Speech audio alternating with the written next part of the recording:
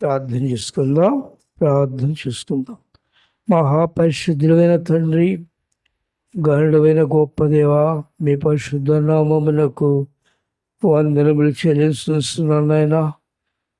ప్రభువా, ఎక్కడో లోకంలో శత్రువు చేతిలో బంధింపబడిన మమ్మల్ని మీరు ప్రేమించి వెదకి రక్షించుకుని గత కాలమంతా మీరు అక్రమములు పరిశీలికి మిమ్మల్ని స్థిరించుకుంటున్నాను తండ్రి.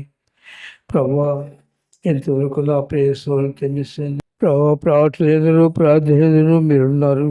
అందుని బట్టి మీకు వందరములు ఆయన మీరు నడిపించిన విధానం బట్టి మిమ్మల్ని స్థిరించుకుంటున్నాను తండ్రి. సమయంలో బలహీనలను కనికరించి మీ జీవపోకులు మొక్కలను గ్రహించండి. మీ శరీరం మాతో ఉంచి మమ్మల్ని బలపరచండి, మా హృదయాలు సిద్ధపరచండి.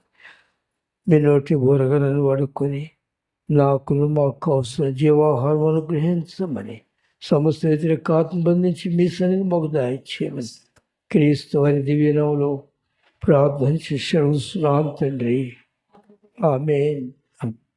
మంచిది ప్రియులారా, వాక్య భాగంలోకి వెళ్దాము. యోహాను సువార్త 3వ అధ్యాయము 16వ వాక్యం చదువుకుందాము. దేవుడు లోకమును ఎంతో ప్రేమించెను, కాగా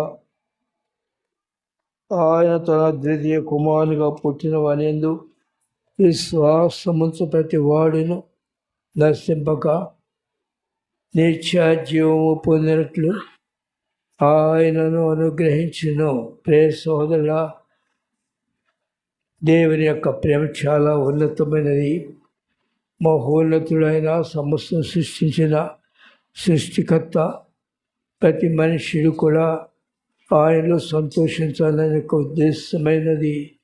ప్రేసలా చూడండి, దేవుని ఎందుకు భయభక్తి కలిగినట ఈ లోకములను పరలోకములను గొప్ప బాధ్యత. దైవభక్తి ఎప్పటి విషయంలోనూ వాగ్దానంతో కూడినదైన అన్ని విషయంలో, ఎప్పటి విషయంలో, రాబోయే విషయం, రాబో జీవము, రాబో లోకము ఉందని ఎంతమంది మేము గ్రహిస్తాం. ప్రేసలరా, ఒకవేళ మనం హృదయంతో కాక పెదవులతో విశ్వసించవచ్చును, కానీ హృదయంతో విశ్వసించిన మనుషుడు ఆయన నా కొరకు కుమారునిగా ఈ లోకంలోకి వచ్చినాడు, నేను దారి తొలగినను బాగు చేరుకొచ్చినారు అని ఆశించి ఆయన వైపే చేతులెత్తూ ఉంటారు. అయితే ఏదో వచ్చి విశ్వాసంతో వచ్చి వెళ్ళే వ్యక్తులలో క్రియలు లేని విశ్వాసము, క్రియలు కలిగిన మనుష్యుడు దేవుని యందు భయభక్తులను జీవించాలి. ఆయన మహోన్నతుడు, సమస్తమును సృష్టికర్త అని భయముతో ఏ మనిషి అయితే ఆయన సన్నిధిలో తన ప్రవర్తన కనిపెట్టుకుంటాడో ఆ మనుష్యుడు ఎన్నటికీ దేవుని నుండి బయటికి వెళ్ళడు, అతడు సిగ్గుపడవలసిన అవసరం లేదు. అయితే దేవుడు ప్రేమమయుడు కనుక నశించిపోయిన ప్రతి మనిషిని వెదకి రక్షించడానికి ఈ లోకంలోకి వచ్చినాడు. ఈ లోకంలోకి వచ్చినప్పుడు ప్రేసలు అక్కడ ఏం రాయబడిందంటే, భూమియు దాని సంపూర్ణతయు లోకమును దాని నివాసులను దేవునివే. ఆయనే సృష్టించుకున్నాడు. ఆయన భూలోకంలో సమస్తం సృష్టించి ఆయన ఆస్తులు ఒకటే. ప్రతి ఒక్కరు కూడా, ప్రతి ప్రాణి కూడా ఆయన వైపు చూడవని, అది ఆయన ఆస్తులు, ఆయన వైపు చూడవు. చూడండి, 34వ కీర్తనలో సింహపు పిల్లలు లేమి గలవ ఆకలికి వెళ్ళినో యెహోవాను ఆశ్రయించడానికి. అంటే మనకంటే సింహాలకి ఎక్కువ విశ్వాసం ఉన్నది, అవునా? సింహాలకి ఎంత విశ్వాసం ఉందంటే అటు ఇటు పరుగులతో కానీ ఆయన వైపు చూస్తాయి. పిల్లలు, సింహపు పిల్లలు ఆకలినప్పుడు ఎవరికి చూస్తాయి? ఎటు చూస్తాయి? తల్లులు తెచ్చిపెట్టాలి, సింహం వెళ్ళింది వేటకు తెచ్చిపెట్టాలని చూడదు, ఆయన వైపు చూస్తాయి. ఆయన వైపు చూస్తామంటే విశ్వాసము. ఇది ఎక్కడ సంబంధించిన? హృదయములకు సంబంధించి. హృదయంలో విశ్వసించినప్పుడు ఆయన నన్ను ప్రేమించినాడు, నేను దారి తొలగిన మనుషులను, నేను ఆయన నన్ను యథార్థవంతుల విషయం సృష్టించినారు, కానీ లోకంలోకి వచ్చిన తర్వాత నా ఇష్టం నేను నెరవేరుస్తున్నాను. అయితే నన్ను ఎందుకు దేవుడు ప్రేమించాడు, ఎందుకు సృష్టించాడు అనేది ఒక మనుషుడు పరిశీలన చూసుకున్నప్పుడు ఆ మనుషుడికి నిజముగా దేవుని దగ్గరికి కూర్చొని పరిశీలన చేసుకోవాలి. తను తాను పరీక్షించుకుంటూ, ప్రభా ఎందుకు నన్ను సృష్టించావు? ఆ గ్రహింపు లేని వారు ఏమి తినాలా, ఏమి త్రాగాలా, ఎలా సంపాదించుకోవాలా, ఎలా పరిగెత్తూ ఉంటారు లోకములో.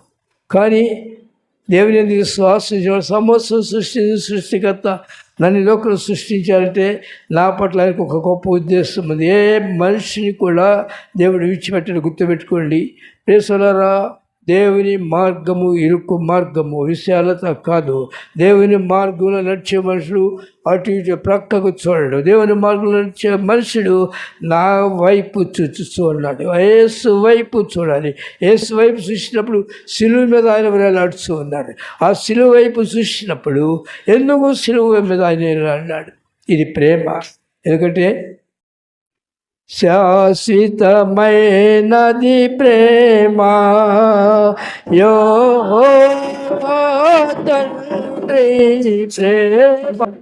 తండ్రి నేర్పించింది. వేరులు కొళ్ళకుండా చూసుకో.